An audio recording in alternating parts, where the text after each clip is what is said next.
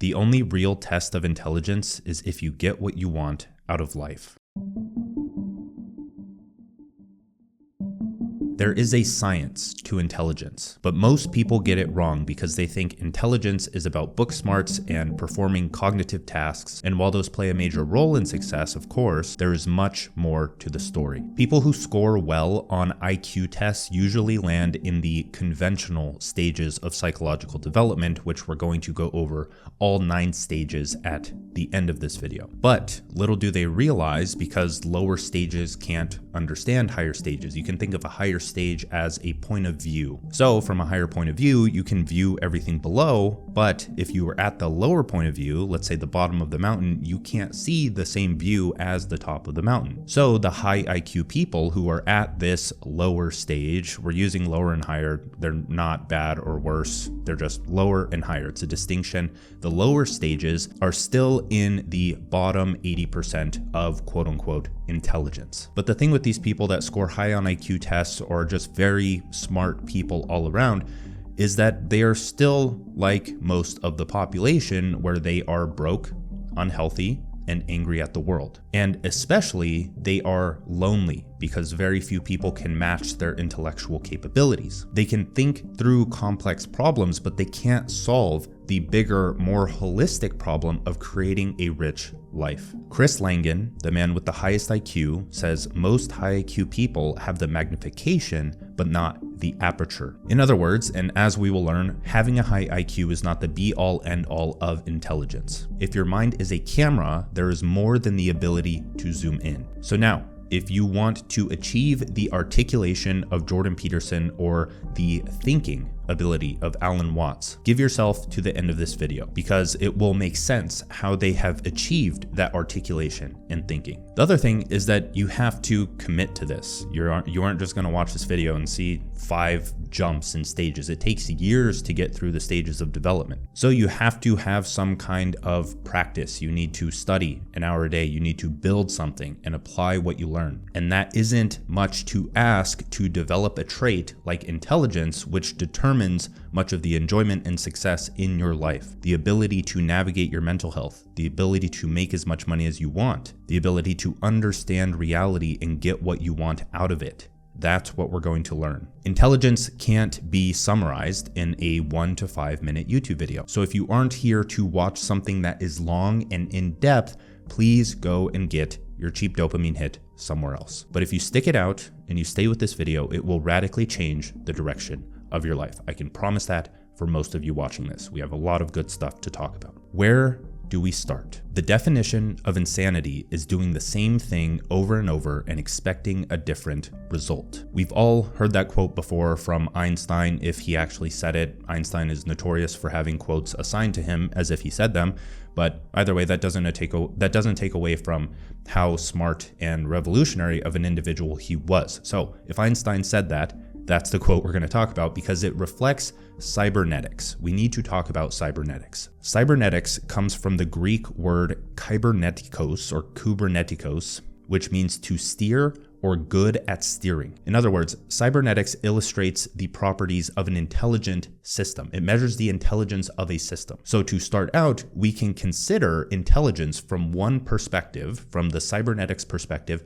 as your ability to steer or correct your steering toward a goal. And cybernetics is also known as the art of getting what you want. So if the first quote that we talked about at the very beginning of this video from Naval, that intelligence is your ability to get what you want out of life, if you understand that, then you understand that cybernetics is the science or the way that you can study in order to do that. So here is this graphic of a boat steering right and steering left to get to the lighthouse. Cybernetics is pretty much to have a goal, to act toward that goal, to sense where you are, to compare to the goal, and act again based on that feedback. So it is listening to the feedback mechanism of making mistakes or just getting blown off course, say, by life. So if cybernetics illustrates the properties of intelligent systems and your mind is a system that houses many complex systems, your mind is the meta system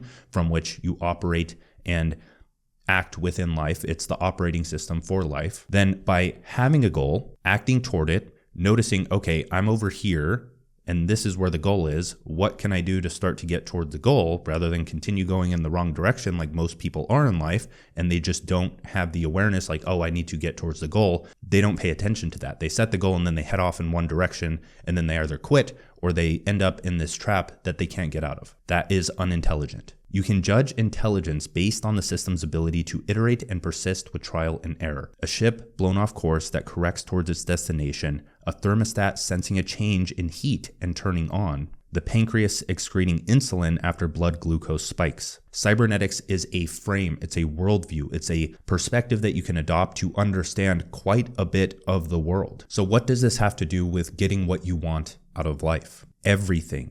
Acting, sensing, comparing, and understanding the system from a meta perspective is fundamental to high intelligence. High intelligence is the ability to iterate, persist, and understand the big picture. The mark of low intelligence is the inability to learn from your mistakes. Low intelligence people get stuck on problems rather than solving them. They hit a roadblock and quit. Like a writer who fails to build a readership and quits because they lack the ability to try new things, experiment, and figure out a process that works for them. To think that there isn't an effective process you can create is verifiably false, no matter your limiting beliefs, hence being low intelligence. In other words, there is a path to achieving your goals. You just aren't aware of it. You haven't done the thing. You haven't taken the step that reveals the next step, and then the next step, and then the next step. And when you take the wrong step, you don't have the awareness that you did take the wrong step so you can course correct. And if you can't achieve a goal, or you just realize that the goal or vision for your life was wrong in the first place, then you iterate and you pivot rather than quitting. If you start a business and realize that you didn't want to be in that business in the first place, then change it. So if you want to become more intelligent, start with the goal you're pursuing. Goals are what determine the system. In other words, the destination is what determines the journey. The goal and destination are vastly more important than the system or journey because they create it. Sure, you can argue that the end of a melody isn't its goal, as Nietzsche would say, but the goal of the artist was to create the melody. Anything you do, from watching this video to moving your eye a fraction of a centimeter to taking one step forward to scratching your nose to building $1 billion business, is the act of pursuing a goal, creating the melody or journey or process in its path. The destination is a point of view that allows you to appreciate the journey. In other words, do you ever notice that people say it's all about the process, or the process is the only thing that matters, after they've achieved the goal? After they have the perspective, you usually aren't sitting in the suffering that the process is, that life is, thinking, oh, this is great. You can have gratitude for it, but if you don't achieve the goal, you're just stuck in this perpetual loop of suffering. And that's just the thing. You rarely enjoy the process until you reach the goal. And that's okay. That's how it's supposed to be. That's reality pushing you toward achieving the goal. You're not supposed to enjoy everything. You need a bit of suffering to appreciate the periods of peace. If you were happy all the time, it would become normal to you. Happiness would stop making sense. All true happiness stems from a perspective of previous sadness. In other words, the journey and the destination are inseparable. Now, I talk about goals a lot and the importance of goals, like I am in this video and I have in some of my best performing videos about my daily routine. But I'm not talking about goals from your typical self-help lens of, oh, you need to set a goal for the sake of productivity and this and that. I'm talking about it from a teleological lens, that everything serves a purpose in reality, and a purpose is a goal. What I'm trying to say is that everything is a part of a greater whole. And if you lose that connection, you lose a lot of meaning in your life. Spirituality is connection to something greater than yourself. So if you don't have a goal or a purpose that is meaningful and chosen by you in alignment with reality, and you making mistakes and correcting those mistakes, because reality will not tolerate those mistakes. You will feel the pain. So correcting from your pain is what allows you to live in alignment and with meaning. So goals, in this sense that people think are very practical, are not anti-spirituality. They are spirituality. You can think of goals from the self-help lens as finite games. Just get this much money, go to school, get a job, do this. Purpose or goals from the teleological lens is that you are a part of a greater whole, and that whole is a part in and of itself that is a part of a greater whole. That's the structure of reality. And so by connecting to that, to maintaining this relationship with reality, you begin to play the infinite game. And that is the house of all of the finite games that you are playing that allows you to bring meaning to those things that you thought were superficial and shallow before, like making a lot of money or doing whatever your desires are. Man is by nature a goal-striving being. And because man is built that way, he is not happy unless he is functioning as he was made to function, as a goal striver. Thus, true success and true happiness not only go together, but each enhances the other. That's a quote from Maxwell Maltz. He's the author of Cybernetics, which is in line with what we're talking about, cybernetics, but he wrote it in a more self-help lens for the mind, for the psyche. Goals are so much more important than we think in a world where people can't stop regurgitating programming from their new school systems over goals. Goals determine how you see the world. Goals determine what you consider success or failure. You can try to enjoy the journey, but if you pursue the wrong goal, you are making it 100 times more difficult to enjoy the journey. Your mind is the operating system for reality. That system is composed of goals. For most people, those goals are assigned to them, programmed like lines of code in their psyche. Go to school, get the job, get offended, play victim, retire at 65. A known path that doesn't work. So to become more intelligent, you must reject the known path, dive into the unknown, set new, higher goals to expand your mind, embrace the chaos and allow for growth, study the generalized principles of nature, and become a deep generalist. We will learn how to do all of the above as we continue in this video.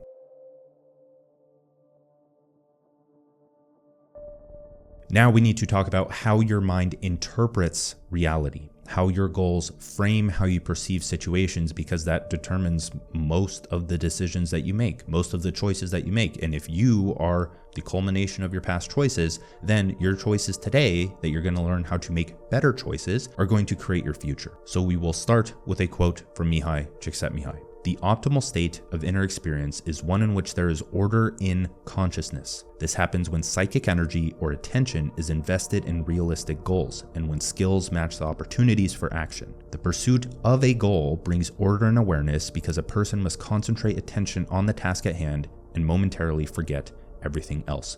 That is from the book Flow. Now, the mind has two key purposes for survival that align with cybernetics that we talked about earlier. The first is achieving known goals, and the second is discovering unknown goals. This is what your mind wants to do. The mind is an information processing and pattern recognition machine that we have a certain amount of control over based on our level of development. The mind is a system containing a complex set of systems that accepts, rejects, and uses information to aid in the goals you feed it. So if you're always focused on negative outcomes, they will become reality and you'll blame everyone but yourself for the misfortune in your life. The man who conceives himself to be a failure type person will find some way to fail in spite of all his good intentions, even if the opportunity is dumped in his lap. The person who conceives himself to be a victim of injustice, one who was meant to suffer, will invariably find circumstances to verify his opinions. So, in other words, cybernetics, if your goal is to fail, or your subconscious or unconscious goal, not even something that you're really paying attention to or set yourself, one that was conditioned into you by parents or a society that wanted you to fail.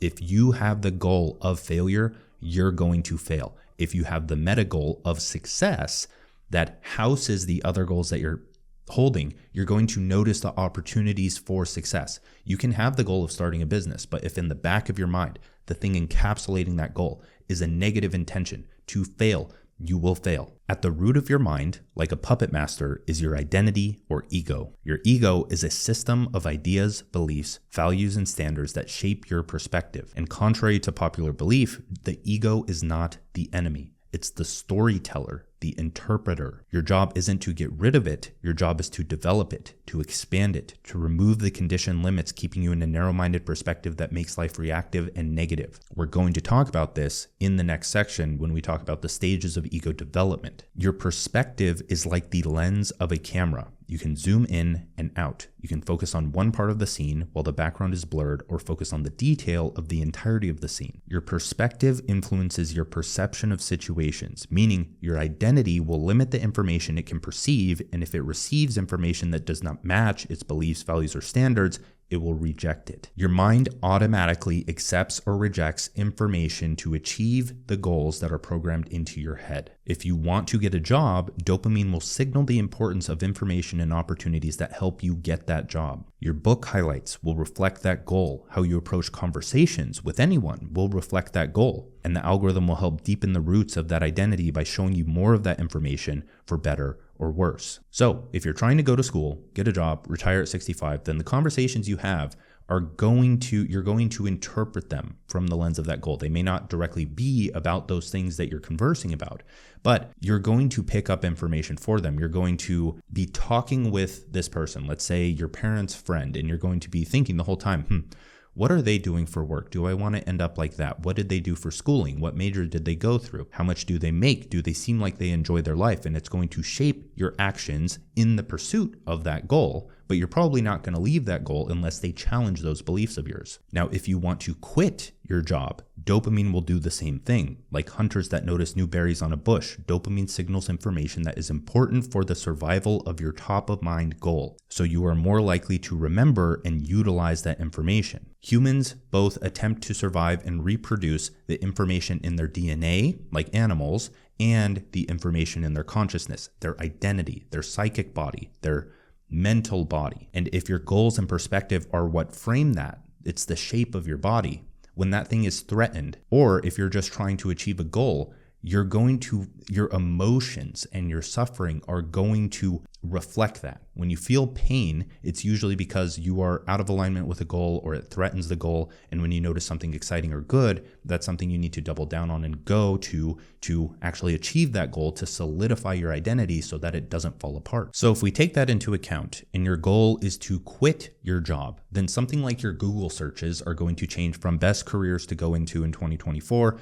to best business models to start in 2024. And you're going to start to go down the rabbit hole and you're going to start to follow new people on social media if you actually want to achieve the goal. Again, if you are bound to fail or you want to fail, you're not going to do these things, or you're going to interpret them from a skeptical lens and program your mind in the opposite direction to stay comfortable. And if you have the goal to quit your job, maybe you feel more compelled to check out Digital Economics with the link in the description, where I help you deconstruct your identity and turn yourself into the business. Let's recap that section very quick, because your mind is a cybernetic system. Society is a behavior system, and there are 3 big goals that they injected into your mind right when you learn to comprehend the language you speak. 1, school. 2, job. 3, retire. 99% of people are only interpreting everyday situations in a way that leads to those goals. They study what they're told to study for the sake of status and survival, thus closing their mind off to things that really matter in life. They become a specialist slave who's dependent on those who need that specific knowledge. They don't have the deep generalized skill set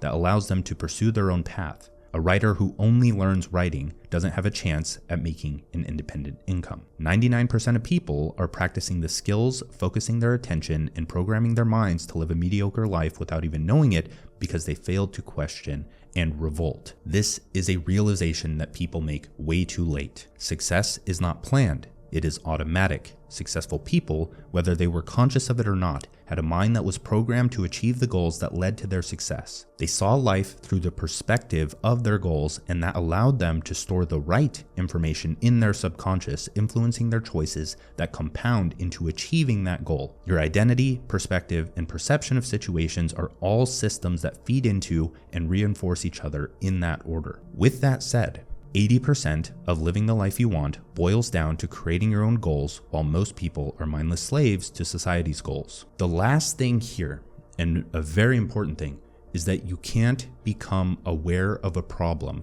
unless you have the goal. And if you don't invest energy into the goal, you won't feel the pain or identify the problem of not reaching that goal.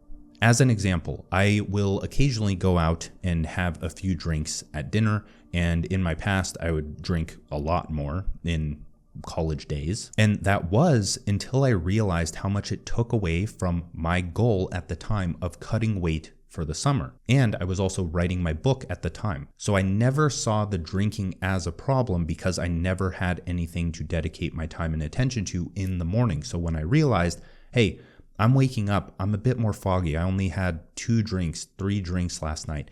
and I'm just foggy. Ideas aren't coming to mind writing this book. I'm literally sitting here for an hour staring at a screen when I'm supposed to be getting 5 to 10 pages for my book done, and that's not happening. And that feels terrible because I'm not making progress. Then second to that, when I'm supposed to run first thing in the morning, and I try to power through, I try to have the discipline, and I go outside, start running, and it's just so much harder. It's so much harder to achieve the goal and lose the weight, and not to mention how alcohol interacts with your body. So it's different situations as well where that's not a goal of mine. I don't have those things to pay too much attention to in the morning. I'm not a fan of a static and permanent lifestyle or routine. I like the change. I like being able to learn. I like being able to identify and loop back to problems from a higher level of development. So now, at this point in my life, maybe for the next few months, I like going out and having a few drinks on the weekend with my friends. But the point is that problems aren't problems unless you have a corresponding goal. If you don't have any worthwhile goal, you aren't able to see the plethora of problems that, once solved, lead to a better life. So if you don't have these goals that you're investing energy in and feeling the pain of not making progress towards them, you can't see the problems that are in your life right now. If you were to condition yourself with new stimuli, constant self-education to the point of having an identity that couldn't survive without achieving new goals, you would inevitably achieve whatever they are with ease. If you want a successful business, relationship, or anything that is out of the norm, you must fundamentally change the goals your mind operates on by changing who you are. To change who you are, you must educate, practice, and experience new information to reprogram your mind's faulty wiring that was installed by society.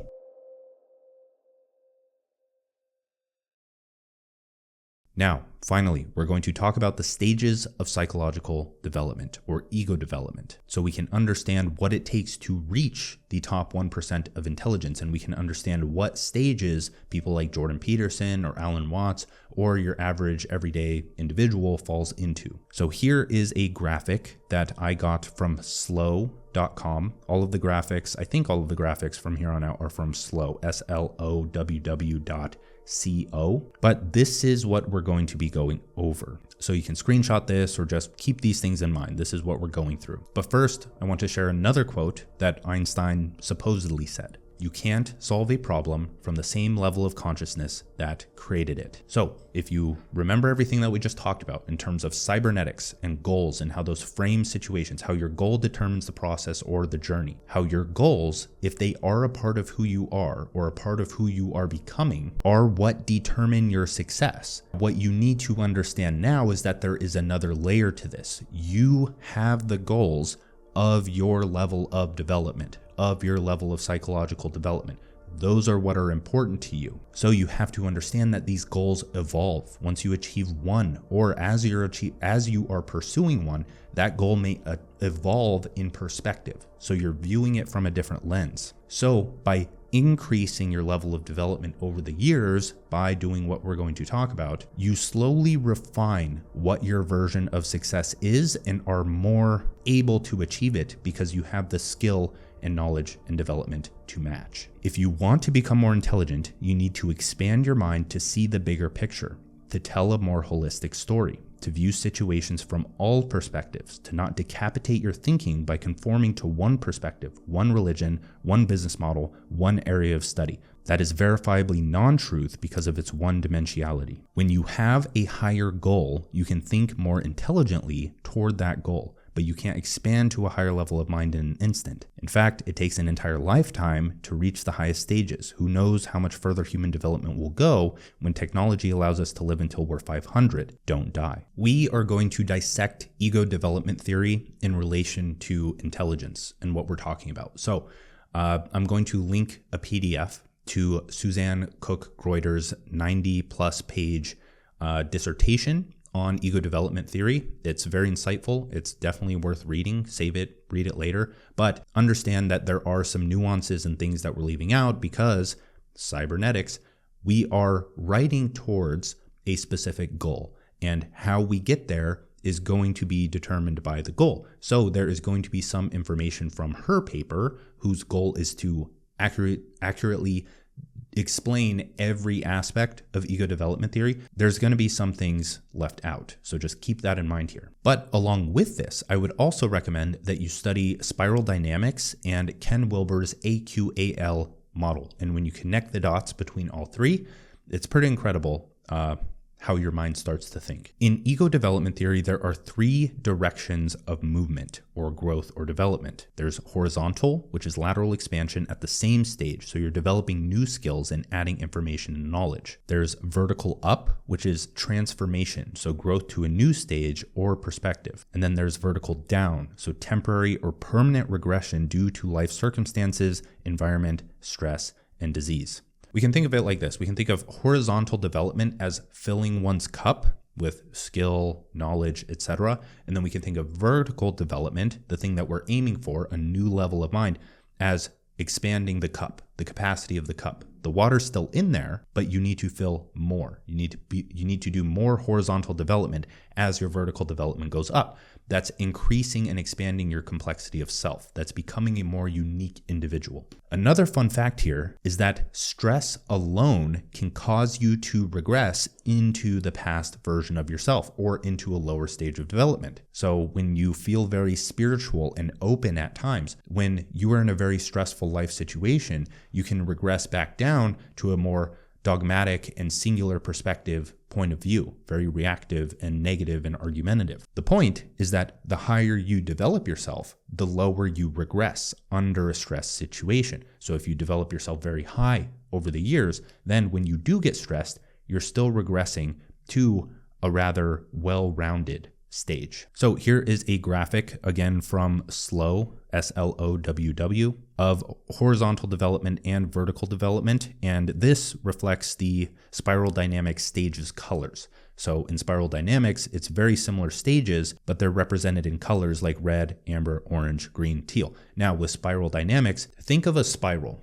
right? Rather than circles. What the spiral represents in development, this is how you develop, is like a spiral, is that you sometimes loop back around to the same problems or the same, it's kind of like deja vu, or the same patterns in that cycle of development. So you can think that it's like, it feels like I'm not making much progress, but you're an entire stage above where you were. Reaching new stages of development requires an evolution of your perspective. You need time, understanding, and horizontal development in that stage, so new skills, challenges, and goals. You need awareness of and open-mindedness to explore a perspective different from your own. You need a fundamental change in who you are through education and conscious conditioning, a commitment to deeper understanding and seeking truth. And last, you need cybernetic trial and error to have a goal that resides in a new stage of development and solve problems in the way of that goal and self-correct when you realize you didn't solve the right problem. Now, pain is sometimes a necessary requirement for reaching a new stage of development. And even if it's not a prerequisite to it,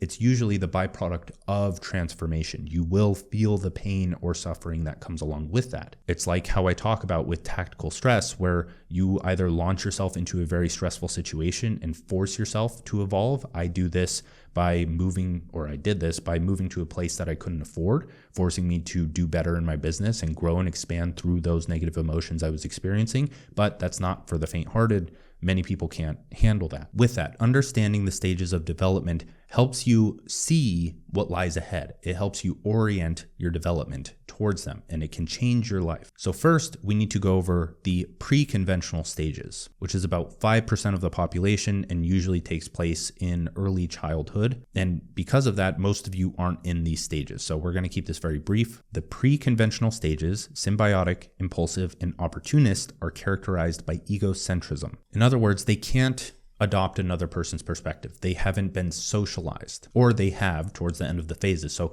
you can think of a kid who is born and is dependent on his parents, and his parents are just giving machines. They're just survival machines. It's like me, just give me what I need to survive.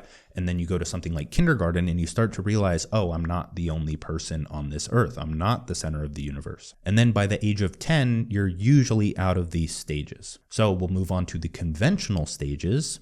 So there's pre-conventional, conventional, and post-conventional. We're into the conventional now, which is 75 to 80% of the population. And this is where most high IQ people test. We can think of the conventional stages as monkeys copying other monkeys in the attempt for status and becoming the top of the food chain. Usually, this is from my own observation. When you talk to someone who is in a conventional stage of development, you're usually talking to a TV or a YouTube channel or a social media feed. You aren't talking to the actual person, you're talking to their regurgitated conditioned beliefs from their environment. So stage 3, the first stage of the conventional stages, is the conformist stage. In the conformist stage, their identity is defined by their relationship to a group. As some examples, you can think of high school students who are focused on popularity, corporate employees that stick to the rules like attending all mandatory meetings, or something like military or religious adherence. In other words, conformists obey the authority and conform to the group. And you can easily observe this in Bible thumpers, which is pretty much people who just the ideology of whatever religion that they subscribe to is law. And that's all that comes out of their mouth. They don't have a logical argument or any intellectual argument against the religion or for the religion. That's their mind. And another helpful model here is Ken Wilber's pre-trans fallacy, which I find pretty fascinating, where there's pre-rational, rational, and post-rational. And in the sense of religious beliefs, that can be characterized as Bible thumper to atheist to mystic, which is really interesting. And it shows a lot of people's evolutions. It's like Jordan Peterson, who was raised in a heavily Christian household, and then he kind of left and became agnostic. And now he's looping back around to God. He's writing a book, We Who Wrestle with God, and he approaches things from a more symbolic or metaphorical point of view. Now, we all have our own thoughts about Peterson, but this is true for myself, where I was raised in a Mormon household, and then I turned into an atheist after challenging those beliefs. And I've looped back around to a deeper understanding of the nature of reality. And while most of the time I don't call the ultimate reality God, I do understand that it is there. And I don't really like calling it God because that, for me, that's too reminiscent of the Bible thumper or the pre-rational stage.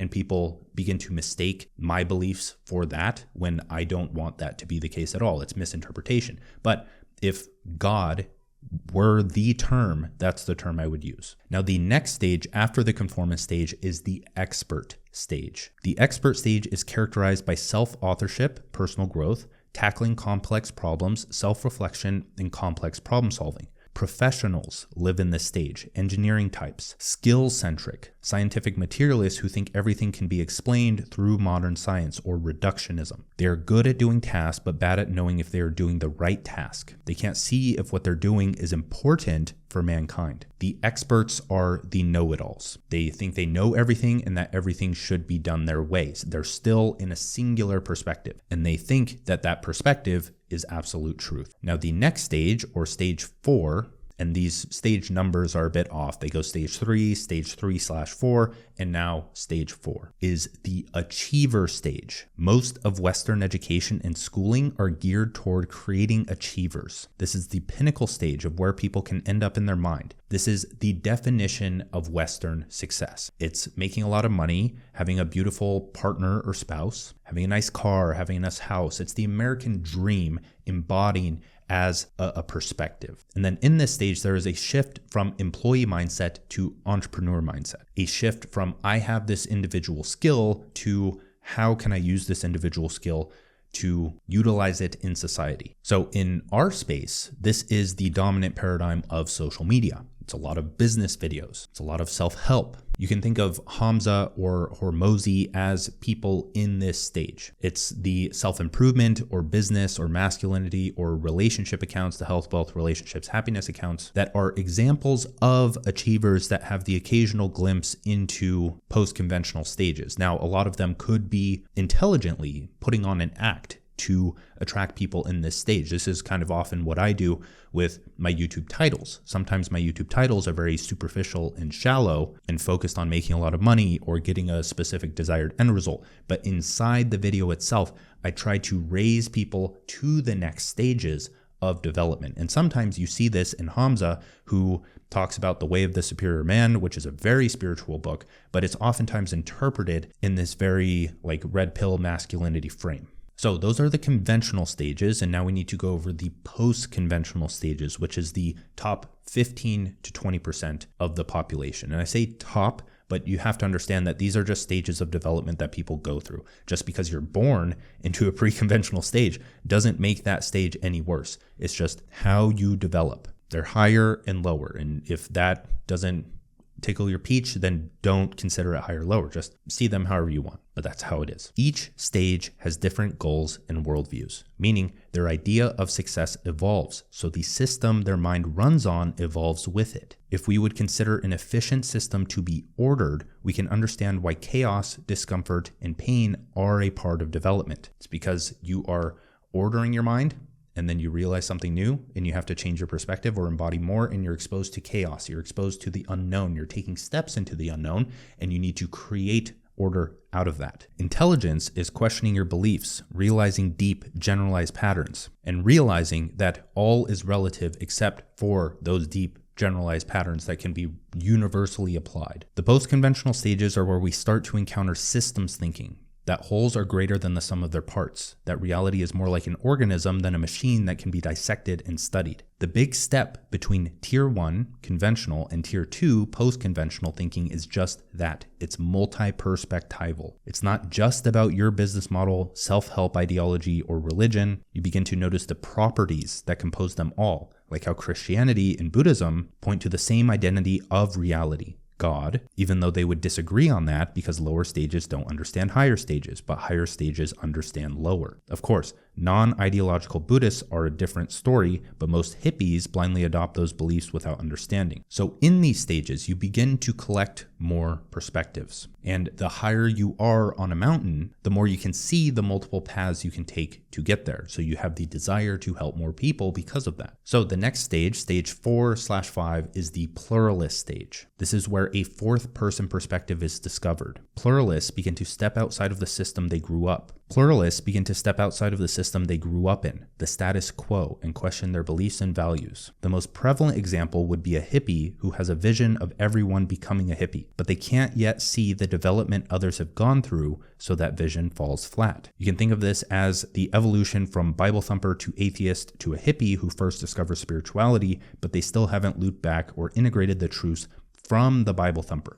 All of this, all evolution, especially these stages of development, are transcend and include. You transcend the last stage and you integrate its principles or its truths. So to think that you are just transcending survival mode and you will never experience that or have to utilize that again is false. Or to think that most of your childhood impacts what you do and what you think right now is false. You have to integrate it and leverage it. Now, the next stage, stage 5, is the strategist. I personally resonate a lot with this stage. I believe, you never actually know, I don't know, I'm kind of just like guessing here because I resonate with this stage, is that the past few years of my life were spent in this strategist stage. Strategists realize that intuition is more powerful than logic and rationality found in conventional stages. To think that something has been formally proven is silly and close to impossible. In other words, you're kind of realizing that the reductionist worldview just doesn't work. Again, your systems thinking. You understand that the whole has emergent properties that can't be found in the parts. So when you take, let's say, a pig, like one of the ones you dissect in biology class, they give you this dead pig and they're like, oh, go dissect it, look at it, study the organs, all of that cool stuff, maybe look at things with a microscope, but you're not taking into account the ecological or the zoological effect of that thing and how everything in the universe has to be taken into account in order to come to the highest truth about whatever it is that you are studying with that specific little pig. And you are also understanding that there is the observer as a part of that hypothesis or equation as well. That my mind at a specific stage of development with specific goals is going to interpret the findings different from the next person. That is extremely important. Now, in the strategist stage, exploration and discovery start to become more important than achieving a goal or making a lot of money, which can often lead to achieving more goals and making more money,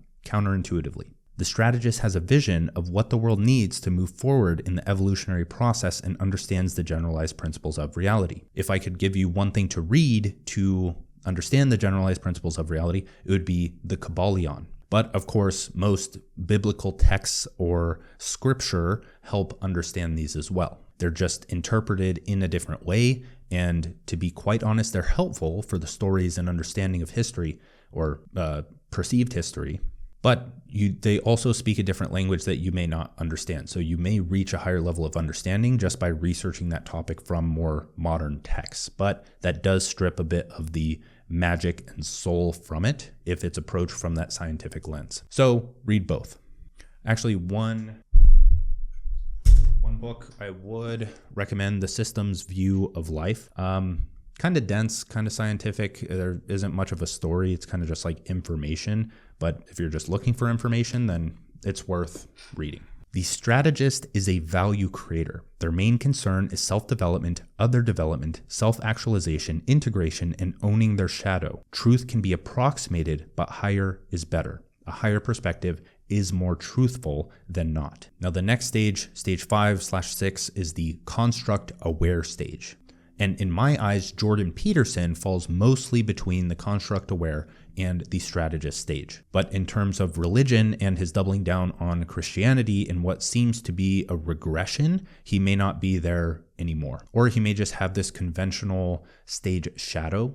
Of course, that is unless he is using that as an act to introduce and help more people develop. In other words, he is helping the people or attracting the people in that conventional stage with the Christian worldview to see it from a more metaphorical or higher lens. But one interesting thing is that if we have to go through these stages of development, I'm curious to see how he'll do that without first turning them atheist or agnostic, like the development that he went through. Or if there's just a different pattern that people can go through. This is very interesting to me. Like, I wonder if they can turn away from hardcore Christianity into not so hardcore Christianity and then loop back to a more holistic view of it.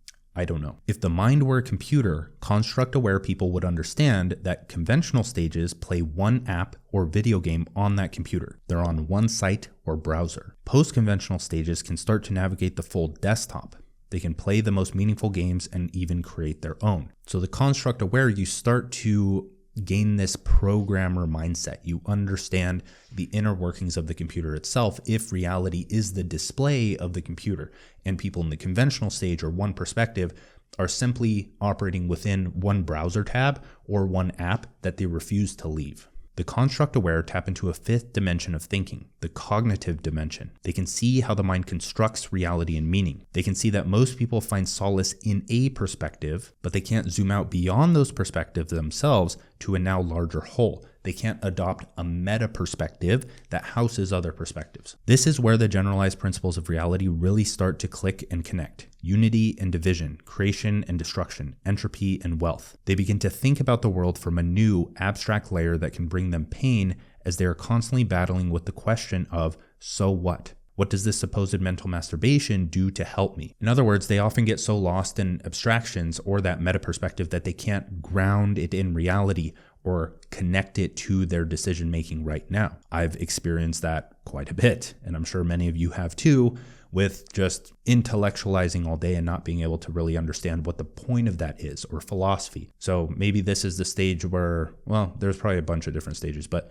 this is one of the stages where it's like, oh, but that's just philosophy. It doesn't mean anything. Now, the transcendent stages, the top 1% of psychological development and intelligence because of that, because intelligence can only expand to the level of your mind. The stage in this transcendent stage is called the unitive stage. Now, this is as far as we're going in this video, but and I think it's the furthest studied, but Ken Wilber has like further stages that he has dabbled into or hypothesized about. So we'll see if those come about as the general stages of the population increase like they have over time. Most people are in the conformist stage now, but what about in the tribal times when people couldn't speak and everyone thought the world was about them? They were all in this lower stage of development. And as we move through evolution, more people are reaching higher stages. This is where I would put Alan Watts or Terence McKenna. This is actually kind of fun. I think it'd be fun to have the 9 stages of ego development and do like a tier list of philosophers and where I think they land.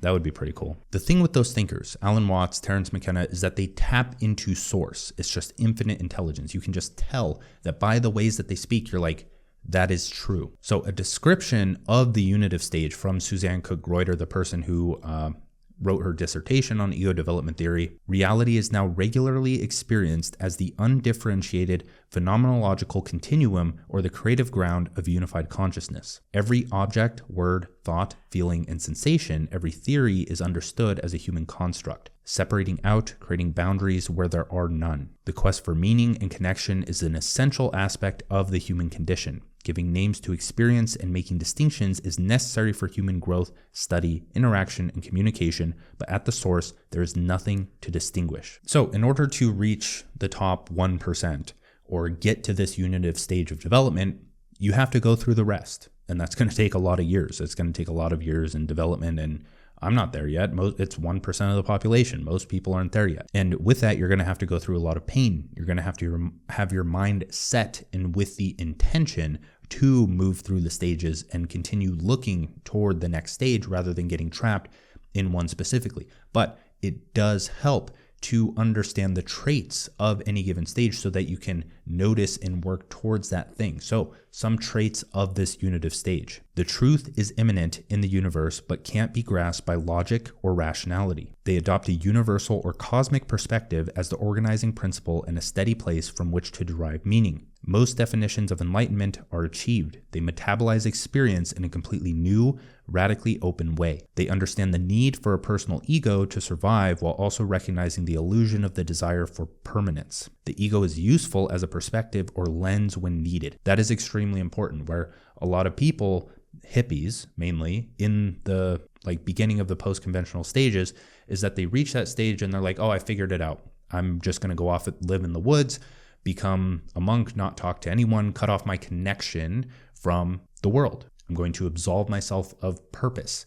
When the people at the unitive stage, remember, you transcend and include. They've integrated all of the truths and principles from the past stages. So they know that they can adopt the ego as a lens to act and help and contribute to mankind in the world. Next, dualities and conflict are witnessed without tension or the desire to change them. They live in a creative ground and lean into an ongoing humanity, fulfilling their destiny of evolution. Life is seen as a form of temporary and sometimes voluntary separation, bodhisattva, from the creative ground they are grounded in. So they can come down from this higher perspective to adopt that lens of an ego to act within the world, and that's kind of the middle way, the path of the bodhisattva. It's like Alan Watts, he's talked about that multiple times. And last, they aren't passive like conventional hippies assume. Instead, the non-personal stance allows for more conscious, powerful, and direct action when it is needed. So, to recap, intelligence isn't about book smarts or magnification. It's about expanding your mind towards truth. It's about holistic pattern recognition and aperture, your ability to zoom out so far that all boundaries and limits are dissolved. Through conscious development and having the awareness of when you are closing yourself off to growth and getting trapped in any stage, you can reach the unitive stage. In fact, my book, The Art of Focus, which I haven't talked about in a good amount of time, does exactly this. It kind of covers my steps to reaching to moving through most stages, at least from what I've learned. So thank you for watching. That's it. If you want to learn a high income skill, 2-hour writer that allows for more meaning in your life as well. If you want just everything given to you for how to create your life's work, check out Digital Economics. Other links in the description. Check them out. Thank you for watching.